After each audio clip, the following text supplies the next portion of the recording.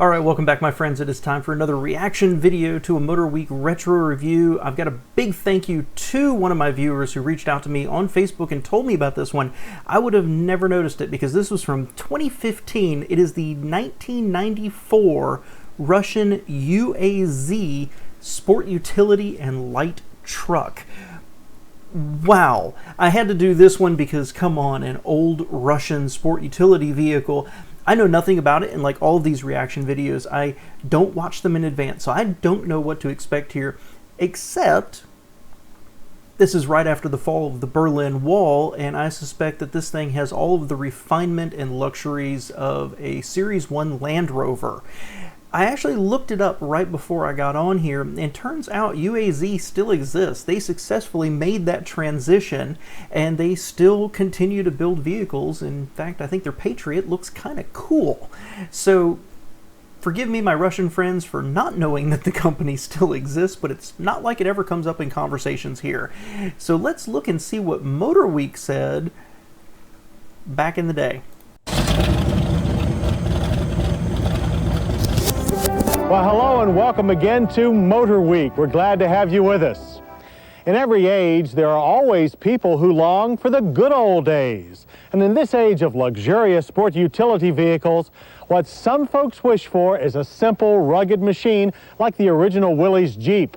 But not even Jeep makes a vehicle that simple anymore. So where do these traditionalists turn? Well, how about towards Russia?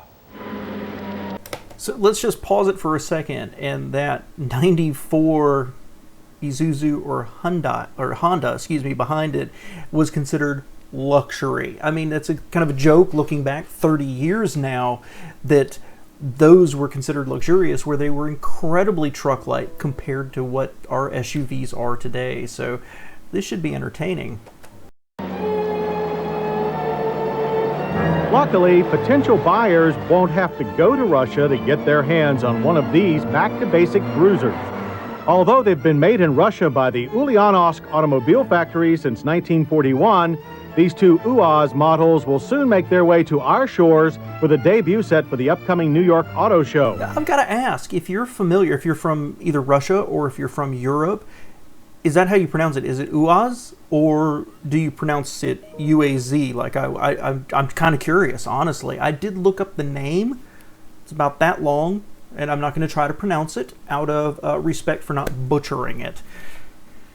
How primitive. And the sport utility, we've all seen them before. That's it was sold forever. If it's what I think it is, it's pretty famous off-road.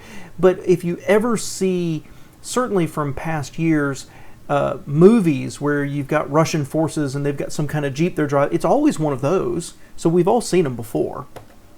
Now, we gave you a peek at the sport utility model a few months ago, but since then we've had a chance to spend time with this Comrade Red pickup truck. The key to both of these 4x4s is simplicity and durability, but we're hard-pressed not to call it crudeness. Whatever you call it, it's hardly high-tech. How many other new cars have you seen lately that come with an emergency tire pump?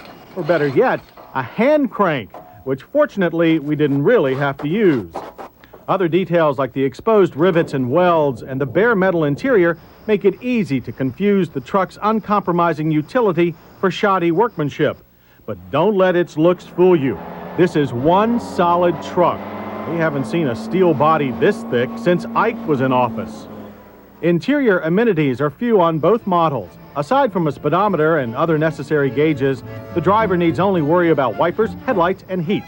So this is only slightly, perhaps slightly more advanced than my 66 Jeep that I had back in the day.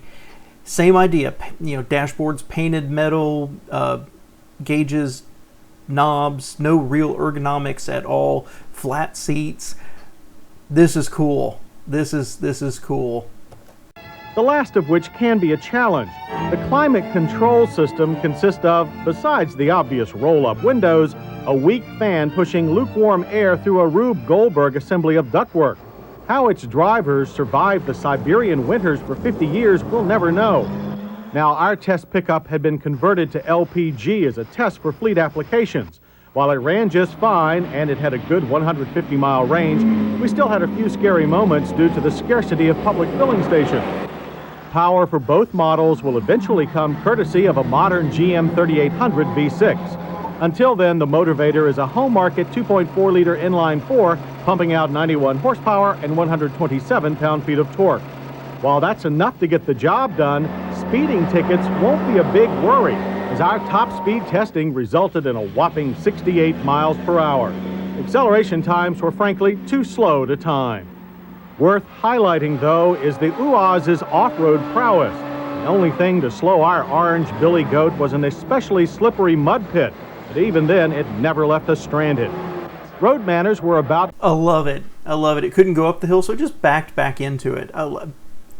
Fabulous. These simple vehicles of just mechanicalness. I know modern, say, Land Rovers are really capable off-road, modern Jeeps, and they can overcome their mass in a lot of ways with technology and computers, but there is something so beautiful about an engine gearing and wheels turning. Just torque. I love it. This truck, though, I gotta say, that is a goofy looking vehicle. I mean, it's like it's kind of like the skateboard design they're using now on EVs, where it's like they have a platform, but then they just set the truck on top of it, and they had to clear the wheels. That looks so top heavy to me. What we expected. Rough as a buckboard for the pickup and somewhat better for the four-door. With the addition of seatbelts, crash protection, and other concessions to modern society, the vehicles that eventually go on sale here will be more polished than our Russian spec test vehicles. But no matter how modern the design, any light truck must offer real utility to be successful. And here the Uaz's are more than up to par. The pickup's folding side rails make the high bed easier to load, while the Sport Utility lives up to both names with a convertible top and room for 7. There's little chance of these trucks posing a sales threat to any modern equivalent, but Uaz of America hopes these homely haulers will attract farmers, fleets, and those who just want to drive something different. And they've already had a promising number of orders in Central and South America. And with a price target of $12,000 for the four-door and $10,000 for the truck, that's no surprise. Whether more sophisticated U.S. buyers will sign on remains to be seen, but you never know with vehicles like these. They could just become the next status symbols. So take note, Hummer, make way, Land Rover. Uaz has just hit town. And we'll have more Motor Week right after this. That was cool. Wow, I really wish there'd been just more. I just wanted more of that one. Guys, that's the kind of thing that gets me excited. Who would not love to drive one of those? I'd probably be horrified at it. It would probably ride so rough. It would feel so noisy, no air conditioning. It'd feel unsafe, but it would also feel incredibly capable, and that was cool. And you know what? After the fall of the Berlin Wall, these companies had to make do with what they were already selling for the most part. And they had to start doing exports. They had to start earning some money, and they had to figure out how to survive in a capitalist world. And there's something to be said for really primitive vehicles, and it is a shame we don't get that much in America. There's some of us who are like, that's really exciting, and certainly that company, the name's escaping me right now, that is from India, and they have, well, it's a Jeep is what it is, but like a little tiny engine.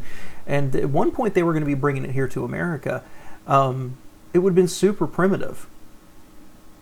But dang, that would be fun. Mahindra.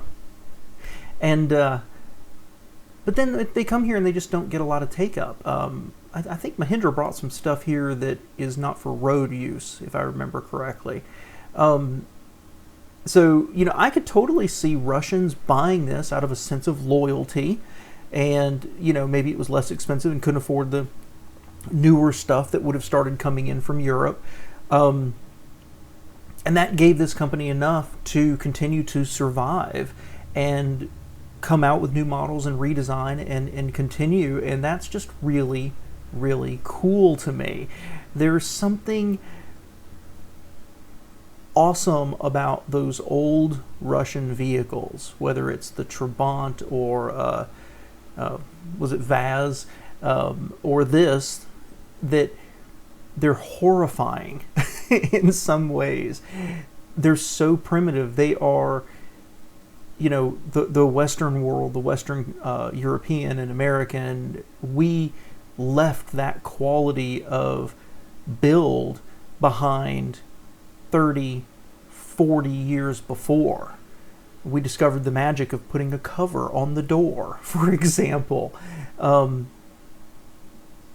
But super, super cool. I wish they would have spent some more time really on the sport utility, giving us something to dig into. They said they had another one. I'm going to go see if I can find it. And if they have it up, I'll do that one. Especially like to see how it compares to a, you know, 94 Ford or an Isuzu. They weren't terribly well refined. So super cool, guys. If you've ever seen one, if you've ever driven one, let me know below. But that was super cool. And I've got to finish with, I love how they went with the 3800 engine from GM. While normally I don't understand why someone would use a GM engine for durability, the 3800 was legendary. I'm a big fan of it. I've talked about it numerous times here. So that's pretty cool that they wedged it into that vehicle. Appreciate you being here, guys.